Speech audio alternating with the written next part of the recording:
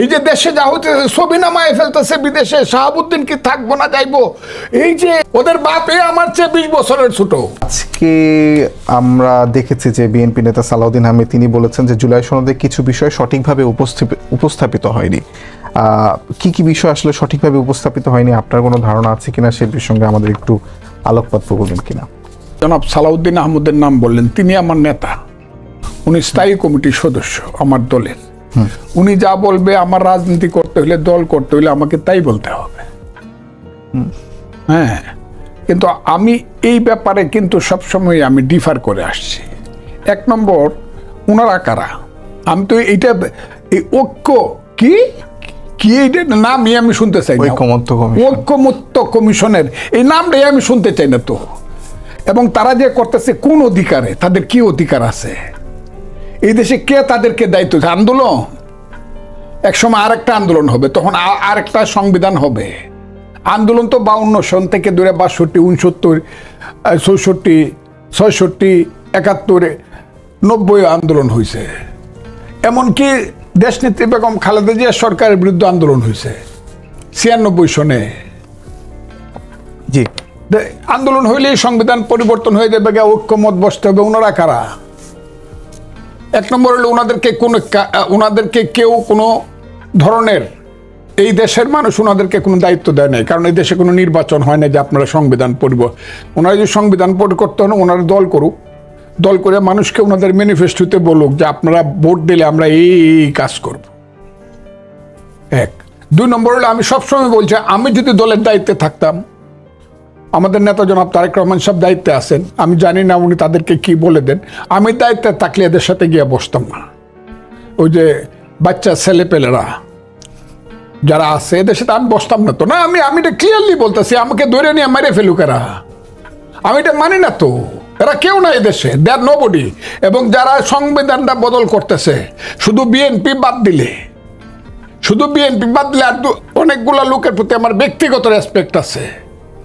দল হিসাবে তারা তো কেউ না, এরা তো কেউ জামানত বাঁচাইতে পারবে না মার্কা না পাইলে। কিন্তু আমি যে ফজলুর রহমান কথা বলতেছি, আমি শুধু বাম হাত করলেও কিন্তু আমার জামানত না, শুধু আমাকে ফেল করাইতে কঠিন হবে। এবং এটা আব্দুল হামিদ এবং শেখ হাসিনা চেষ্টা করে দেখছে ফজলুরে ফেল করাইতে কত কষ্ট হয়। আমি ইলেকশনের লুবে লাভে কোনো কথা বলতে, এই যে সংস্কার এগুলো কিন্তু মানে দেয়ার নবডি। কারণ আলী আশরাফ একজন বিদেশি নাগরিক, হইতে পারে সে বাঙালি, কিন্তু উনি 40 বছর যাবৎ মার্কিন নাগরিকত্ব সাইরা উনি বসুক, আমি তার কথা মানবো। আর উনি কেন ডাকবে? আমি হইলে, দলের নেতা হইলে আমি নাও যাইতে পারতাম, অথবা আমি কন্ডিশন দিতাম, এরা বসলে আমি যাবো না, আমার সাথে আপনি 1-to-1 আলোচনা করেন। কিন্তু আপনি যাদেরকে বাচ্চা ছেলে পেলে বলছেন, ওনারা কে এটা জিজ্ঞেস করছেন, তারা তো আসলে অভ্যুত্থানের নেতৃত্ব দিয়েছে শেখ হাসিনার যে ফ্যাসিস্ট সরকার। কিসে নেতৃত্ব দিয়েছে? এরা নেতৃত্ব দিয়েছে, এদেরকে নেতৃত্ব দেওয়ানো হয়েছে। এই যে সিরাজউদ্দৌলা নাটক হয়, সিনেমা হয়, আমি দেখছি, আমি 65-66 সিরাজউদ্দৌলা সিনেমাতে অভিনয় করছে সিরাজউদ্দৌলা আর আনোয়ার হোসেন। মানুষ মনে করছে এই লোকটাই সিরাজউদ্দৌলা, কিন্তু আনোয়ার হোসেন কি সিরাজউদ্দৌলা? উনি সিরাজউদ্দৌলার অভিনয় করছে। এই ছেলেপেলেরা জামাতের অভিনয় করছে। জামাত তৈলেও এখানে মূলত ভ্যানগার্ড, তারা বলতেছে, আমি বলি না তো, শিবির বলতেছে জামাত, তারা ছিল ভ্যানগার্ড, আর এরা এখানে অভিনয় করছে। এদেরকে অনেক প্রচেষ্টায়, অনেক সংগোপনে, কোনো একটা, ওই যে মিটিওকুলাস, ইংরেজি তো আমি কইতে পারি না, আমার ভাই বেশি কইতে পারবো, ওই যে প্ল্যানিংটা বাস্তবায়ন করার জন্য ডিজাইন এদেরকে সৃষ্টি করা হয়েছে। এরা হলো নাটকের অভিনেতা। আমরা তো দেখছি যে আসলে আপনি যাদেরকে বলছেন যে জামায়াত তাদেরকে ব্যবহার করেছে, কিন্তু তাদের সঙ্গে তো আসলে শিবিরের অনেক ধরনের দূরত্ব দেখছি, কথা কাটাকাটি দেখছি। এটা তো পরের ব্যাপার, এখন তো স্বার্থের ব্যাপার আসছে। এখন তো রাষ্ট্রতে কে হইব প্রধানমন্ত্রী, কারণ ইউনূস সাহেব 22 বছর 23 বছর ছেলের মাথায় হাত দিয়ে বলতেছি, ইউনূস সাহেব না, ইউনূস সাহেবের ওই যে কি নাম, প্রেস সেক্রেটারি, এই তুমি হইবা বাংলার প্রধানমন্ত্রী।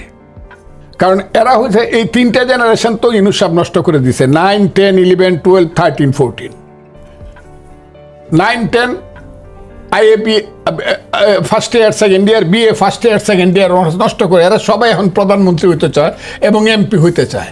দেশ তো ধ্বংস হয়ে গেছে, কোনো লেখা নাই, পড়া নাই, সারা দিন ভাত খাইতে পারি না, রাত্রে ঘুমাইতে পারি না, এই যে দেশে যা হইতেছে ছবি নামায় ফেলতেছে বিদেশে, শাহাবুদ্দিন কি থাকবো না যাইবো, এই যে এখানে জরুরি আইন হয়ে যেতেছে, এই ধরনের একটা দেশ কি পৃথিবীতে কোথাও আছে? আমরা কি ইউনূস সাহেবকে আর ওই যে ছেলেরা খালি নেতৃত্ব দিছে, ওই 500 ছেলে যা করছে আমি আমার এই ঠোঁটটা দিয়ে তা করছি হাসিনার বিরুদ্ধে, 500 জেলে যা করছে আমি এখন এর দাবি করব। আমি আমার বক্তব্য দিয়ে শেখ হাসিনার সমস্ত এই যে ফ্রান্স বিপ্লবে যারা বিপ্লব করছে তো করছে, এরা তো হিরো, কিন্তু রুশো ভল্টিয়াররা কি ফালাই দিবেন? ফিলোসফি যারা দেয় তাদেরকে ফেলে দিবেন? ফজলুর রহমান এই দেশে হাসিনাকে কেন ফেলতে হবে? কিভাবে বক্তব্য যখন 28 অক্টোবর 2023 সনে যখন বিএনপির 10 লাখ লোকের মিটিং 10 মিনিটে ভেঙে দিল, সব যখন জেলখানায় অনেকেই চলে গেল, অনেকেই পালায় গেল, লাখ লাখ কর্মী যখন জীবনের ঝুঁকি নিয়ে যখন আসামি হয়ে গেল, আমি ফজলুর রহমান প্রতিদিন শেখ হাসিনার বিরুদ্ধে কথা বলছি, স্ত্রীকে বলছি তুমি বিধবা হইবা, ছেলেদেরকে বলছি তোমরা এতিম হবা, কিন্তু আমি ঘর থেকে পালাবো না। কিন্তু সেই সময় যে আমার মনে যে শক্তি সাহস ছিল যে অন্তত যদিও স্ত্রীকে আমি বলছি তুমি বিধবা হইবা, এইটা আমার মনে হয়েছিল যে শেখ হাসিনা সরকার অন্তত আমার মতো লোককে, একজন সিনিয়র উকিলকে সে হত্যা করবে না। কিন্তু এখন আমার প্রতি মুহূর্তে মনে হয় সরকারের পক্ষ থেকে এবং এই ছেলেদের পক্ষ থেকে এবং জামাত এবং শিবিরের পক্ষ থেকে এবং ওই যে ইউটিউবার বৈশা থাকে ফ্রান্সে, তার পাশে বসে একজন বলছে ফজলুর রহমানকে হত্যা করা এখন ফরজ হয়ে গেছে, আর ছেলেরা বলছে তার উপরে মব জাস্টিস চলবে। মব জাস্টিস মানে আমার মৃত্যু। তো এইটা কিন্তু তখন ছিল না শেখ হাসিনার আমলে, কিন্তু আমি মনে করছি না আমাকে আমি মনে করছি আমাকে জেলখানায় নিয়ে যাবে, কোনদিন বেল দিবে না, ঠিক আছে, কিন্তু এরা কিন্তু আমাকে মেরে ফেলতে চাচ্ছে। শেখ হাসিনার আমলে কিন্তু অনেক খারাপ কাজ হয়েছে। ইলেকশন করে নাই 14 সনে, 18 সনে, 24 সনে ইলেকশন করে নাই। এই বড় বড় লোকজনকে বেক্সিমকো, সালমান রহমান, আজিজ খানদেরকে দিয়ে, আসালামদেরকে দিয়া, ওই যে বসুন্ধরা, এদেরকে দিয়ে সমস্ত বড় লোকের দেশ হয়ে গেছিল এটা, এবং লুটেরাদের দেশ হয়ে গেছিল, এবং আওয়ামী লীগ হয়ে গেছিল এটা একটা ওই যে কি বলবো হাইব্রিডদের পার্টি। আওয়ামী লীগের রেল কর্মী তো সব ঘরে ঘরে বৈশাখ আনছে বেশিরভাগ। কাজেই আমি মনে করছি যে শেখ হাসিনা যত কুকামি হয়েছে, এই ধরনের অনিশ্চয়তা ছিল না। শেখ হাসিনা ফ্যাসিস্ট বলেন আর ডিক্টেটর বলেন, প্রত্যেক জায়গাতে একটা করে নেতা ছিল। উপজেলাতে, ইউনিয়নে আপনি ঠেকছেন, যে দলেরই হন আপনি গিয়ে তার নেতার কাছে বলতে পারছেন। থানাতে আপনি ঠেকছেন, উপজেলা চেয়ারম্যানের কাছে বলতে পারছেন। এমপি না ইলেকশন হয় নাই, তার কাছে গিয়ে বিচার দিতে পারছেন। এবং হাইকোর্ট, সুপ্রিম কোর্ট এখনকার চেয়ে শেখ হাসিনার আমলে ভালো ছিল, আমি চ্যালেঞ্জ করলাম। ধন্যবাদ। আমি হাইকোর্ট, সুপ্রিম কোর্টের সমস্ত বিচার বিভাগ রাজনৈতিক ব্যাপারে এখনকার চেয়ে অনেক বেশি ভালো ছিল। এখন দেশ, আমি আপনাকে খুব ক্লিয়ারলি কথাটা বলি, আমি ওই যে জিজ্ঞাসেন যে জুলাই সনদ, আর জুলাই সনদ আমার জিজ্ঞাসবেন না, আমি এটা মানি না। যদি তারা করে করুক, আমার দল যদি সমর্থন দেয় দেখ, আমি মনে মনে চিন্তা করব যে দেখি আমি কি করতে পারি। অসংখ্য ধন্যবাদ। ডেভিড বার্গম্যান, একজন বিদেশি সাংবাদিক যিনি বাংলাদেশ নিয়ে লেখালেখি করেন, তিনি আজকে জুলাই সনদ নিয়ে একটি বড় ধরনের ফেসবুক পোস্ট দিয়েছেন। সেখানে তিনি বলেছেন যে জুলাই সনদে ধর্মনিরপেক্ষতা নিয়ে একটি অস্পষ্ট অবস্থান রাখা হয়েছে, এবং সেখানে তিনি বলছেন যে আমি লক্ষ্য করেছি যে রাষ্ট্র পরিচালনার মূলনীতি সংক্রান্ত বিষয়ে একটি কৌশলগত অস্পষ্টতা রাখা হয়েছে, যেখানে বর্তমানে ধর্মনিরপেক্ষতা শব্দটি অন্তর্ভুক্ত রয়েছে জুলাই সনদে। আবার সনদের 7 নং অনুচ্ছেদে প্রস্তাব করা হয়েছে যেটা সংবিধানের রাষ্ট্র পরিচালনার মূলনীতি অংশে সাম্য, মানবিক মর্যাদা, সামাজিক ন্যায় বিচার, গণতন্ত্র এবং ধর্মীয় স্বাধীনতা ও সম্প্রীতি অন্তর্ভুক্ত থাকবে।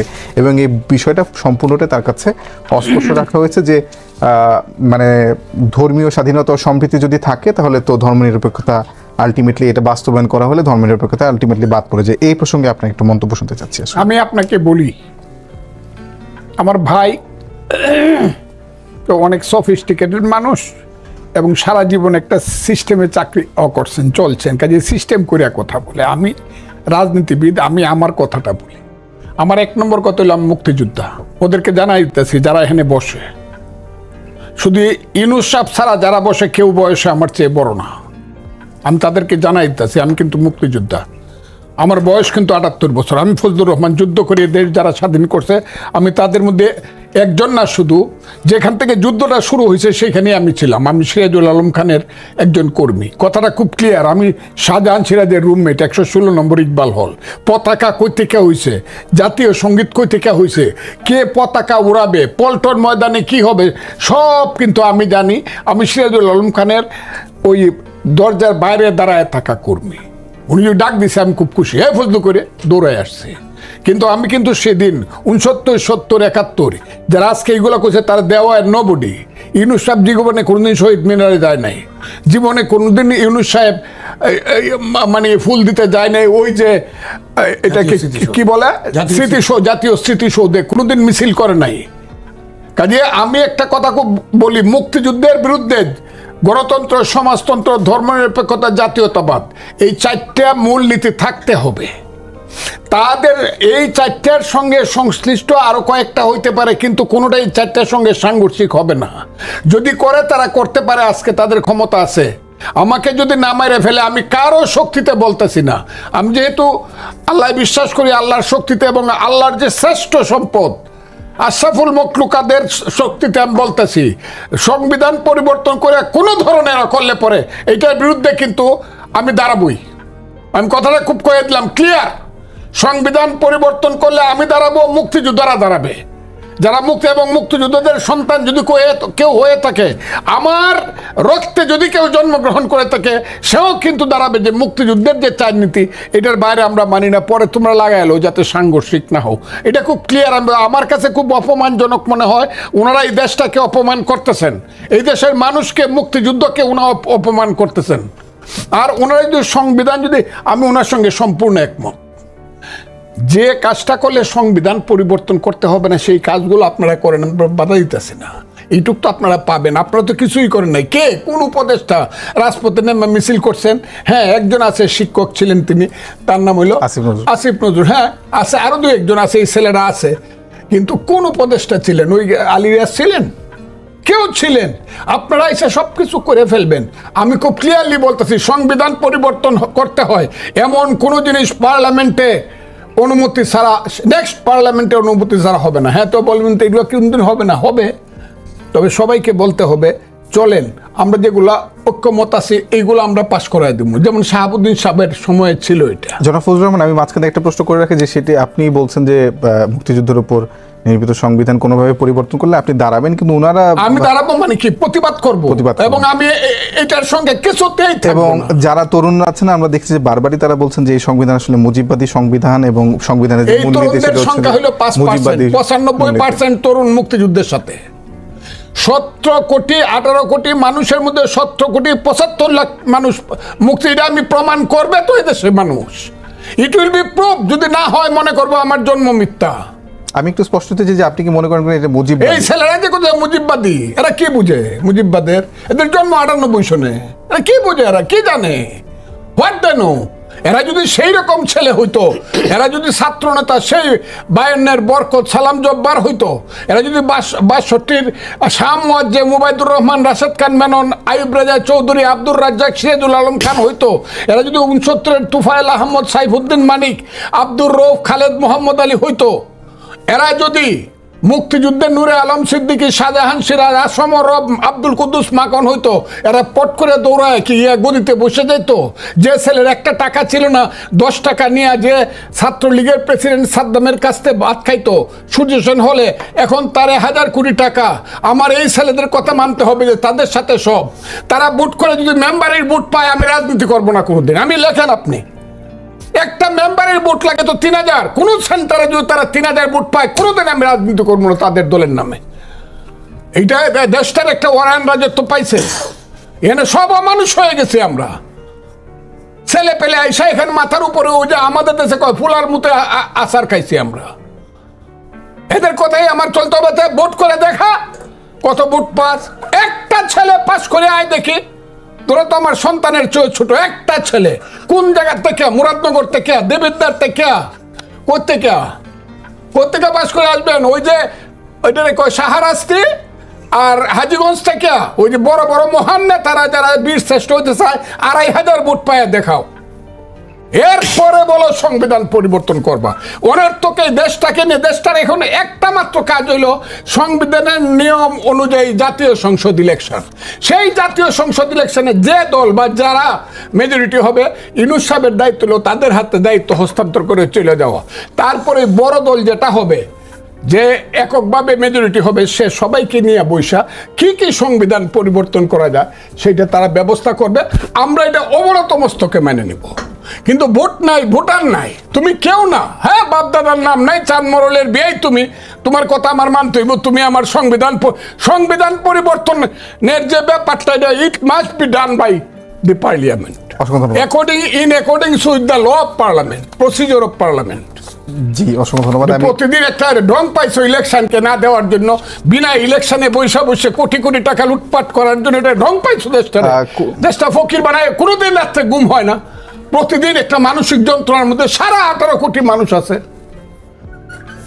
অসংখ্য ধন্যবাদ। আমি জনাব আবু আলম মোহাম্মদ শহীদ খান আপনার কাছে জানতে চাই, সেটা হলো যে আজকে বিএনপি প্রধান নির্বাচন কমিশনার এবং নির্বাচন কমিশনারদের সঙ্গে সাক্ষাৎ করেছেন এবং সেখানে তারা বলেছেন যে আইন শৃঙ্খলা পরিস্থিতি নিয়ে যে উদ্বেগটা আছে সেটা আগামী কয়েক মাসের মধ্যে ঠিক হয়ে যাবে এবং নির্বিঘ্নে ফেব্রুয়ারিতে নির্বাচন হতে পারে।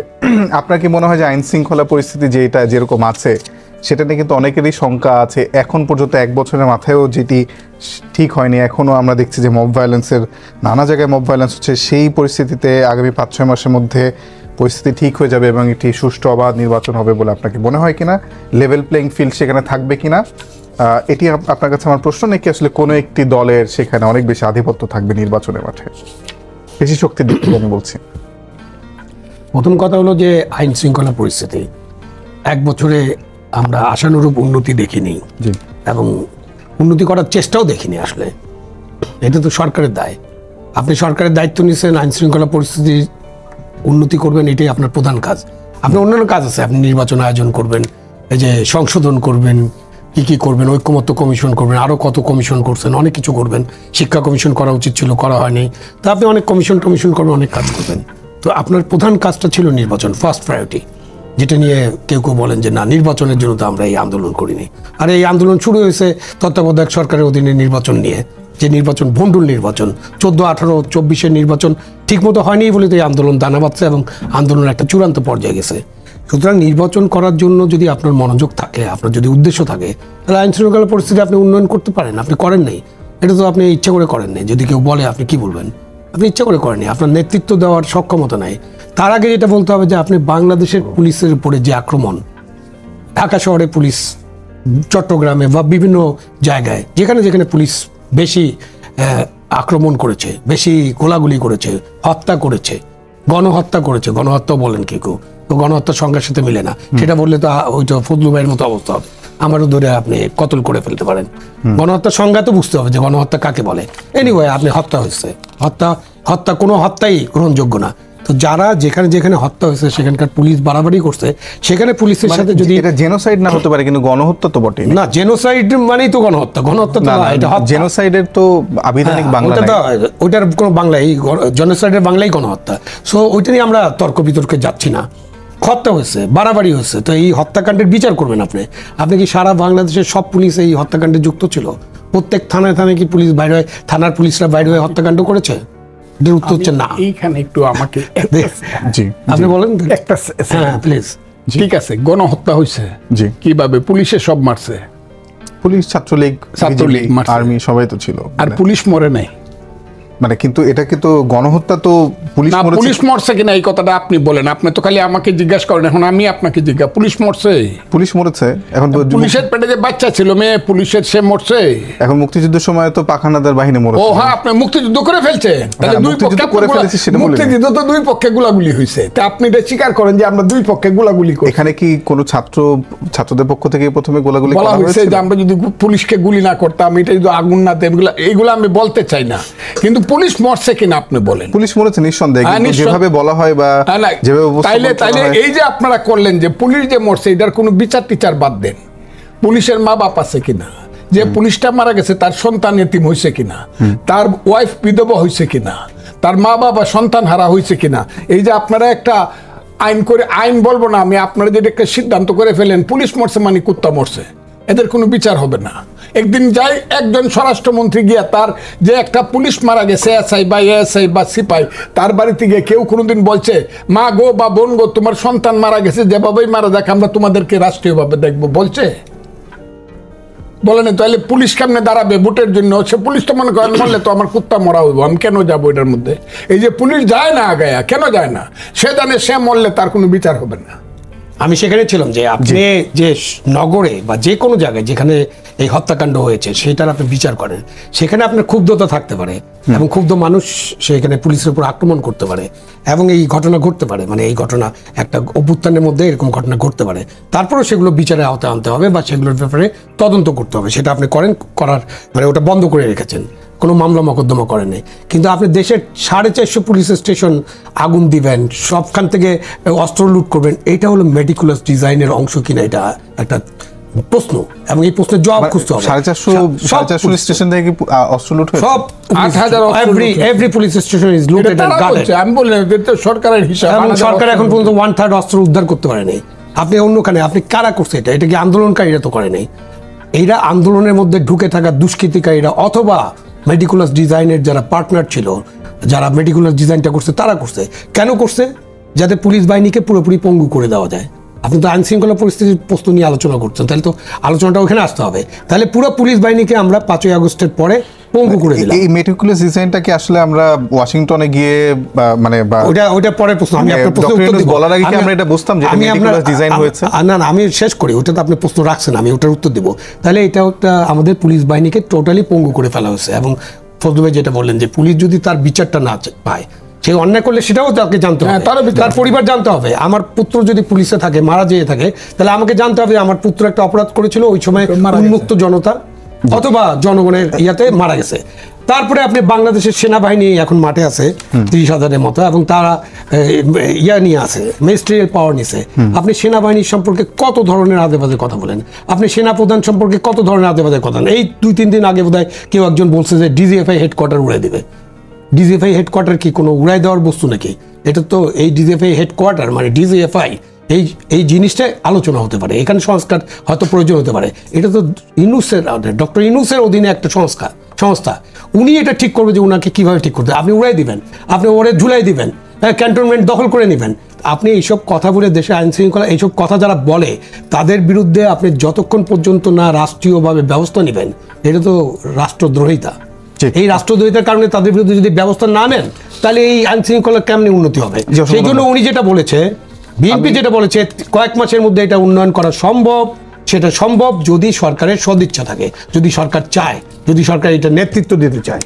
জি, আমার শেষ প্রশ্ন, আমার কাছে 1 মিনিট আছে ফজলু ভাই আপনার কাছে প্রশ্ন করার জন্য। সেটা হলো যে সার্জিস আলম এনসিপি নেতা, তিনি বলেছেন যে আপনাদের বক্তব্য, অর্থাৎ আপনি এবং হাবিবুর রহমান, আপনাদের দুজনের বক্তব্য শিক্ষার্থীদের মানে আশাহত করে এবং সত্যিকারের অর্থে যদি বিএনপি দেশের প্রতি ভালোবাসা থাকে বিএনপির, তাহলে বিএনপির সেন্ট্রাল অফিস থেকে আপনাদের মতো নেতাদের বিরুদ্ধে ব্যবস্থা নেওয়া উচিত বলে আপনি মনে করেন। আপনি কি মনে করেন? এবং এর পাশাপাশি বৈষম্যবিরোধী ছাত্র আন্দোলনের একটি পক্ষ আসলে আপনাকে অব্যাহতি বা বহিষ্কারের জন্য দাবি করেছে। এখন পর্যন্ত বিএনপি আমার নেতৃত্বকে আমার ধন্যবাদ। এখন পর্যন্ত তো বহিষ্কার দূরের কথা, আমাকে কেউ মৌখিকভাবেও কিছু বলে নাই, এইটা না কোনোদিনই বলে নাই।